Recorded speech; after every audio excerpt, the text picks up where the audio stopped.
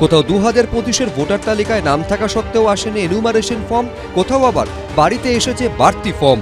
এবার নদিয়ার শান্তিপুরে অস্তিত্বহীন ছেলের নামে এসে পৌঁছল এসআইআর ফর্ম। বিজেপির বিএলএ টুর বাড়িতে বাড়তি ফর্ম আসা নিয়ে তৈরি হলো বিতর্ক। রানাঘাট উত্তর পশ্চিম বিধানসভার 60 নম্বর বুথ। এই বুথের বাসিন্দা সুভাষ চন্দ্র রায়। বাড়িতে মোট সদস্য সংখ্যা 5 জন। 2 ছেলের মধ্যে এক ছেলে আবার বিজেপির বিএলএ টু। তৃতীয় সন্তান হিসেবে শান্তনু রায়ের নামে এসেছে এনিউমারেশন ফর্ম। একটা এক্সট্রা আসছে আমার সন্তান হিসেবে।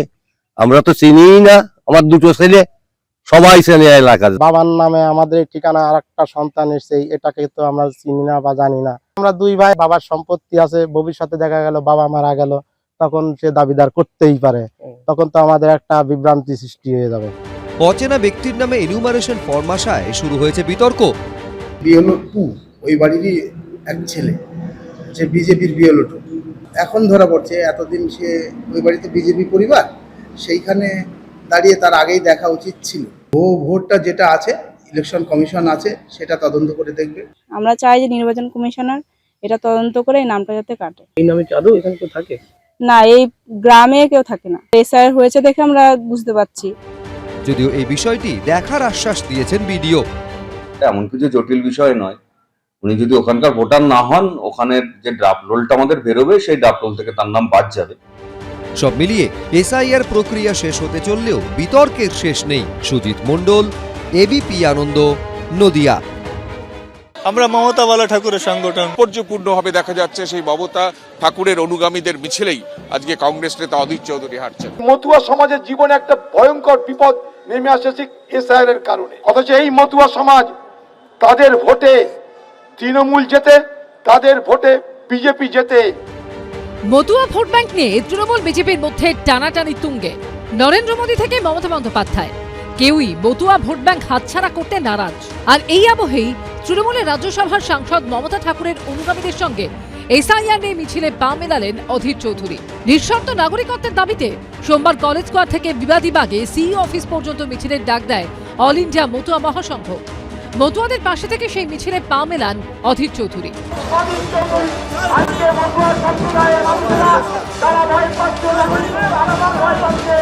মতুয়াদের ভোট নিলেও এসআইআর এর সময় তাদের পাশে না থাকার অভিযোগ করে একসঙ্গে আক্রমণ করেন তৃণমূল বিজেপিকে। আমাদের নিঃস্বার্থ আছে, আমাদের ভোটের অধিকার দিতে হবে। আমরা মমতা বালা ঠাকুরের সংগঠন। একদিকে মতুয়া সমাজ, কখনো তারা বিজেপি, কখনো টিএমসি, তাদেরকে এক রকমের কথা বলে। টিএমসি বলে আমি রক্ষা করব, বিজেপি বলে আমি দেখব, কিন্তু তাদের সঙ্গে বিপদে কেউ নেই। সম্প্রতি মতুয়াদের একটি প্রতিনিধি দলের সঙ্গে রাহুল গান্ধীর সাক্ষাৎকারের ব্যবস্থা করে দিয়েছিলেন অধীর চৌধুরী। এদিন তিনি মতুয়াদের সঙ্গে নিয়ে পৌঁছলেন রাজ্যের মুখ্য নির্বাচনী আধিকারিকের অফিসে। আমরা কেউ ডাকিনি এই ব্যাপারে, কে থাকবে না থাকবে সেটা আমি জানিও না। আমি দিল্লিতে, এখানে কোনো রাজনীতি লোকরে নিয়ে আমরা হাঁটবো না। কে কিভাবে দাঁড়াবে না দাঁড়াবে তার পুরো ব্যক্তিগত তাদেরই। নরেন্দ্র মোদী যে আছেন বলে মমতার পুলিশ মতুয়াদেরকে অ্যারেস্ট করতে পারছে না। অধীর চৌধুরী তিনি এই রাজ্যের প্রতিষ্ঠিত নেতা, এতবারের সাংসদ। তিনি যেমন কেন্দ্রের বিরুদ্ধেও বলবেন, সাথে সাথে আশা করি রাজ্যের বিরুদ্ধেও বলবেন। এটা ইন্ডি জোটের মিছিল না মতুয়া বাঁচানোর মিছিল, এইটা আগে ক্ল্যারিফাই করলে তাহলে লোকের বুঝতে সুবিধা হবে। বাংলার ভোট মানচিত্রে মতুয়া সম্প্রদায় সবসময় একটা বড় ফ্যাক্টর, যাদের সিংহভাগই বাংলাদেশ থেকে আগত। তাদের ভোটের দিকে পাখির চোখ তৃণমূল বিজেপির। এসআইআর নিয়ে এই তুমুল হট্টগোলের পর মতুয়ারা কোন দিকে যাবে, এই নিয়ে যখন অঙ্ক কষছে তৃণমূল বিজেপি, তখনই তাদের দাবি দাওয়া নিয়ে তাদের সঙ্গে রাস্তায় নামলেন অধীর চৌধুরী। কিন্তু তার ফলে কি মতুয়ারা আদৌ কংগ্রেসমুখী হবে? কৃষ্ণেন্দু অধিকারী ও রুমা পালের রিপোর্ট, এবিপি আনন্দ। এবিপি আনন্দ, এগিয়ে থাকে, এগিয়ে রাখে।